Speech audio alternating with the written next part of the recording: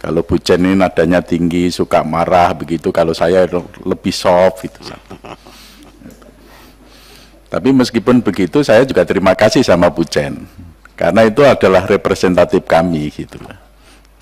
Kami tidak ingin dikecewakan oleh Kementerian PUPR lagi. Syukur Bu Chen menyuarakan, saya terima kasih gitu. Kepada Sekjen ya, Sekjen ini punya tanggung jawab yang berat sesungguhnya. Ya, sekali lagi saya menyampaikan punya tanggung jawab yang sangat berat, oleh karena semua napas gerak dan kegiatan Kementerian PUPR yang dijabarkan di masing-masing direktorat itu dalam kontrol, monitor, pengendalian, pengawasan oleh Sekjen. Mulai dari perencanaan, pelaksanaan ya. Tapi apakah itu sudah dilaksanakan sepenuhnya oleh Sekretariat Jenderal Kementerian PUPR atau tidak? Tolok ukurnya seperti apa kalau memang itu sudah dilaksanakan gitu ya. Jangan sampai Sekjen asik membuat satu perencanaan, membuat satu program, membuat satu kegiatan, tetapi itu sebenarnya tidak ada korelasinya dengan apa yang terjadi dalam dinamika direktorat-direktorat. Sudah ada sekian puluh biro, 10 atau 11 biro begitu ya. Itu artinya segala sesuatu yang terjadi di direktorat maupun unit-unit Kementerian PUPR itu berada di sana gitu. Yang menarik salah satu biro itu adalah analisis kebijakan publik. Saya ingin tahu dari Sekretariat Jenderal, analisis kebijakan publik itu apakah terkait dengan kebijakan publik yang merupakan dasar peraturan perundang-undangan di Kementerian PUPR ya, yang dipedomani oleh Kementerian PUPR, ataukah kebijakan publik itu segala sesuatu yang menjadikan produk direktorat-direktorat itu juga, ataukah semua yang terkait dengan produk Kementerian PUPR itu merupakan ruang lingkup kewenangan yang harus dianalisis oleh Sekretariat Jenderal ya. Melihat kejadian atau kenyataan di lapangan, banyak sekali hal-hal yang perlu mendapatkan satu evaluasi, tetapi itu terjadi berulang kali tanpa ada penyempurnaan, tanpa ada evaluasi. Lantas yang dikatakan Sekretariat Jenderal melakukan analisis kebijakan itu yang mana? Gitu ya. Salah satu contoh ini saya katakan. Dalam rapat kerja dengan Kementerian PUPR, saya sudah menyinggung, wujudkanlah ekosistem konstruksi yang baik.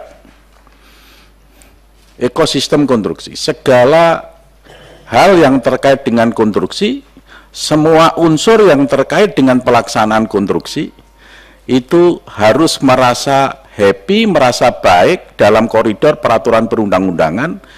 Tidak ada yang dirugikan, pemerintah tidak rugi, swasta yang melaksanakannya tidak rugi. Semua yang terkait dengan pada saat pelaksanaan konstruksi itu tidak ada yang dirugikan, tidak ada yang dikorbankan, begitu. Sampai warung-warung kecil dalam penyediaan pembangunan konstruksi itu pun juga harus, itu merupakan satu ekosistem, satu konstruksi. Yang terjadi di lapangan adalah anggaran ini milik pemerintah, anggaran ini milik negara, anggaran ini milik negara. Yang punya anggaran siapa? Rakyat. Yang melaksanakan siapa? Pemerintah. Untuk mengelola anggaran ini supaya efektif dan efisien. Efektif dan efisien. Kemudian pelaksanaan anggaran ini itu adalah berada kepada pihak ketiga berdasarkan kontrak-kontrak yang dijalankan.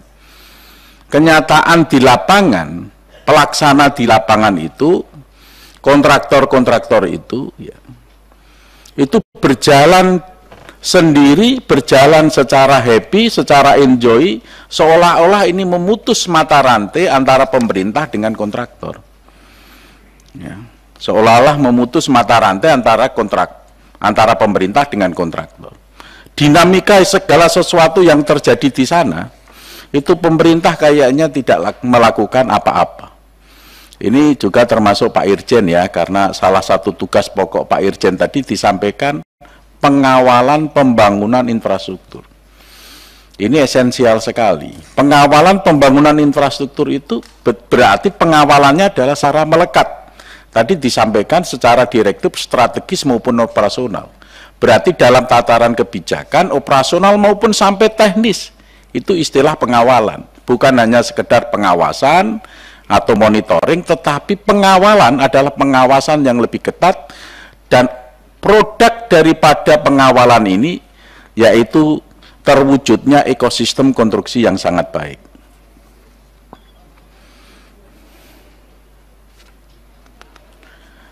Analisis kebijakan dan pengawalan pembangunan konstruksi ini kalau memang betul dilaksanakan secara sungguh-sungguh, ya, dari mulai kebijakan operasional sampai teknis, ini produknya sangat luar biasa. Apa produknya? Kualitas konstruksi yang sangat bagus, yang sangat bagus. Kualitas konstruksi akan betul-betul sesuai dengan spek. Saya kembali lagi kepada yang saya sampaikan tadi, bahwa pelaksanaan konstruksi yang dilakukan oleh kontraktor ini, inilah yang tidak ada pengawasan, tidak ada pengawalan secara sungguh-sungguh, secara real oleh Kementerian PUPR. Apakah itu oleh direktorat, oleh dirjen, oleh sekjen dalam analisis kebijakan, ataukah dalam irjen. Karena kenyataan yang ada di sana, bahwa pelaksanaan di lapangan itu sudah tidak sesuai lagi dengan semua persyaratan yang harus dipenuhi ketika dilakukan pelelangan konstruksi. Pelelangan konstruksi itu sangat detail, baik syarat, metode pekerjaannya, baik peralatannya, baik bahan bakunya, itu secara detail. Tapi apakah pada saat pelaksanaan ini sesuai dengan persyaratan itu? Ternyata tidak. Sama sekali dibilang sama sekali tidak. Lantas apa gunanya? Ya, lantas apa gunanya? Melakukan evaluasi secara detail terhadap semua persyaratan itu, kalau di lapangannya tidak dijalankan. Lantas apa gunanya? Yang lebih mengerikan lagi,